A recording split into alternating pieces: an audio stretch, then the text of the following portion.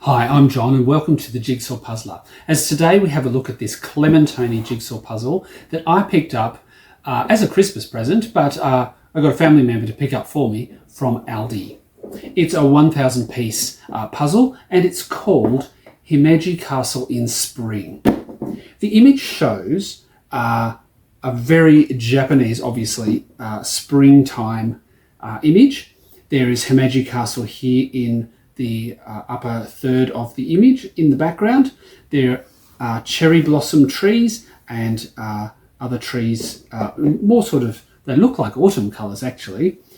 There's a red bridge across some water, and there is a boat with a person steering it and some passengers in it, and obviously the reflection in the water. This is a really lovely puzzle. Aldi had them on sale towards the end of 2024 here in Australia, and I sent a family member off to go and collect 2 of them for me for Christmas. I don't live very close to an Aldi store, so I had to get somebody else to do my bidding for me.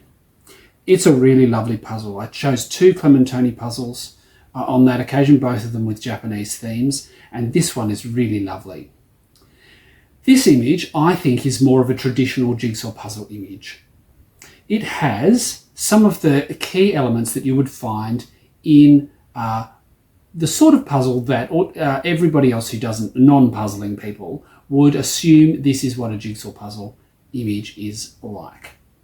Firstly, it has the castle. So often traditional puzzles have some sort of monumental focal point. Now, in this case, it's a building. Often it is a building, but sometimes it's like a mountain or some sort of grand point in the landscape. But there it is, Himeji Castle, occupying less than a quarter of the whole image. The other elements of the puzzle are what we would think of as traditional jigsaw puzzle image elements. Sky, water with a reflection, and trees, lots of trees.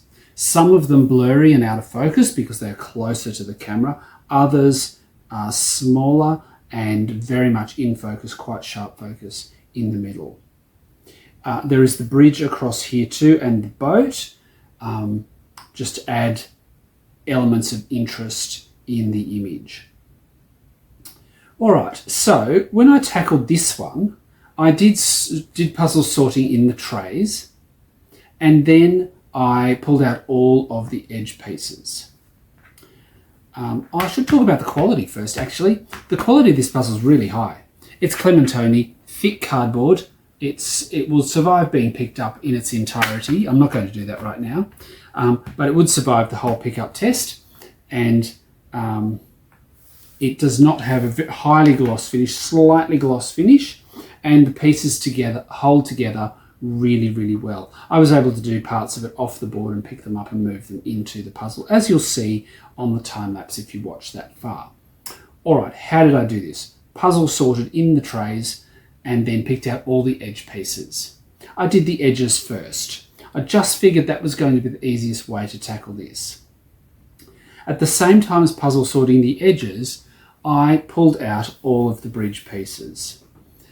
It seemed to me from this image that the bridge was going to be the easiest part to do.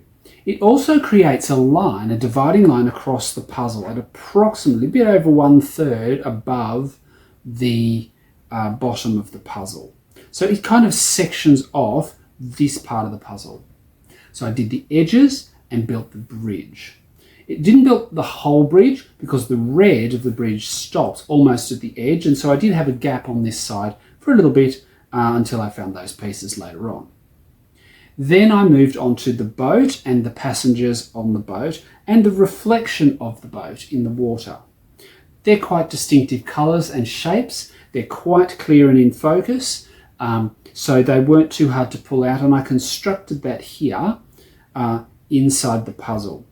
Then I moved on to pull out the rest of the reflection, so the reflection of the bridge in the water. So there's beautiful pink, red and orange section across here. And that was fairly straightforward to put together. And then I thought, well, I'll just simply go ahead and pull out all the water pieces and fill in the gaps around it. As you'll see from the time lapse, I got most of that done in the early stages of the puzzle build. Some of these pieces down here didn't happen quite right away, but they obviously eventually made it into the puzzle. The blue section of the water reflecting the sky, I did leave that for a bit, but then after a while I started to notice that these pieces were slightly grayer, duller shade of blue than any part of the sky, so they actually weren't terribly hard to pull out. There aren't a huge number of them, and I was able to put that together relatively easily. So the bottom third came together in a very straightforward manner. I was quite surprised, especially over the water, because water, trees and sky can be the bane of a jigsaw puzzler's life, trying to get all of that foliage, that sky, that water together. And they're often elements that people find very challenging, and I know that I do.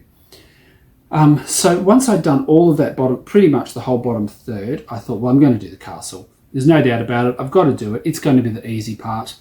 The bridge was super easy. The boat was fairly easy. The castle, quite a few roof lines. Took me a little while to work out what went where, but once I got a basic start on it, it came together quite easily. And so I was able to piece the castle together. And in doing so, I had the edge of the sky as well.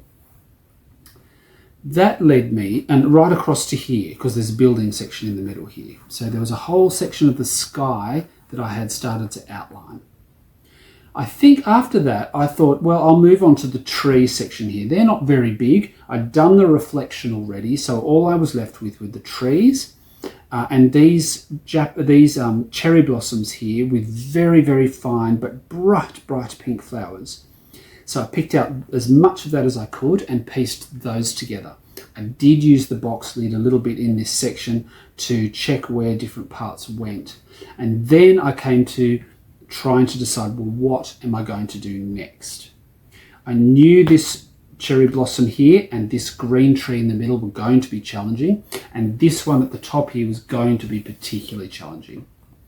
What I ended up doing was focusing on the branch that goes completely across the top of the puzzle in this cherry blossom here.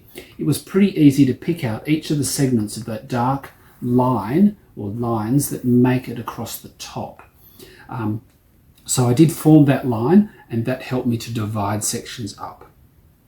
I pulled out all of the sky pieces. Now, with the sky, I only pulled out those pieces that had no other things on them at all, only the blank, plain blue sections. So that meant that after a while, I had most of this part built and had them out of the box. And what I was left with were these cherry blossoms and this green tree and these cherry blossoms.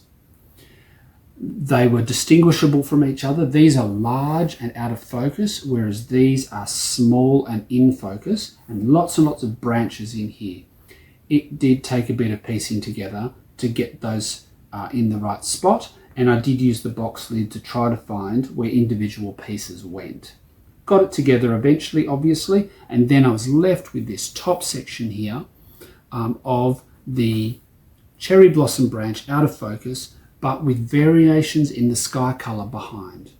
It's white on this end, comes to a pale mid-blue in the middle, and is reasonably dark blue on this side.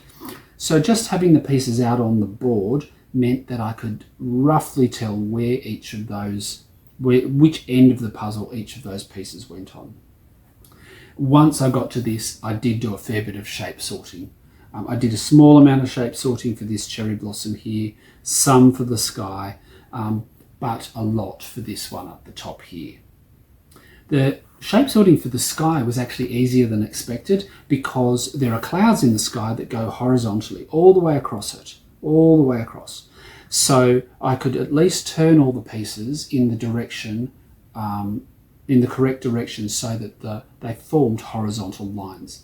Now that means I might have had the pieces upside down, but that didn't matter. I had them all in line, so I knew that they had to go a certain way. So the sky came together fairly readily, whereas this section at the top with the cherry blossoms up here, this was the most challenging part, and I did slug away at that towards the end.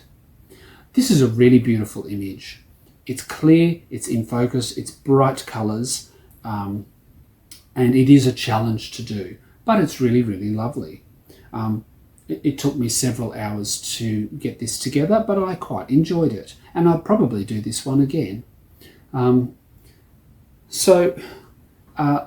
That's my broad comments on how I put this one together and the quality of the puzzle. If you'd like to leave some comments below about whether you've done this one before or one similar to it and what your thoughts are, I'd be more than happy to have a read of those comments. If you can click like and subscribe so that you can get more of this channel when it becomes when the videos become available, I'd appreciate that too. And let's go to the time lapse and see this puzzle in completion from start to finish. And thank you for watching.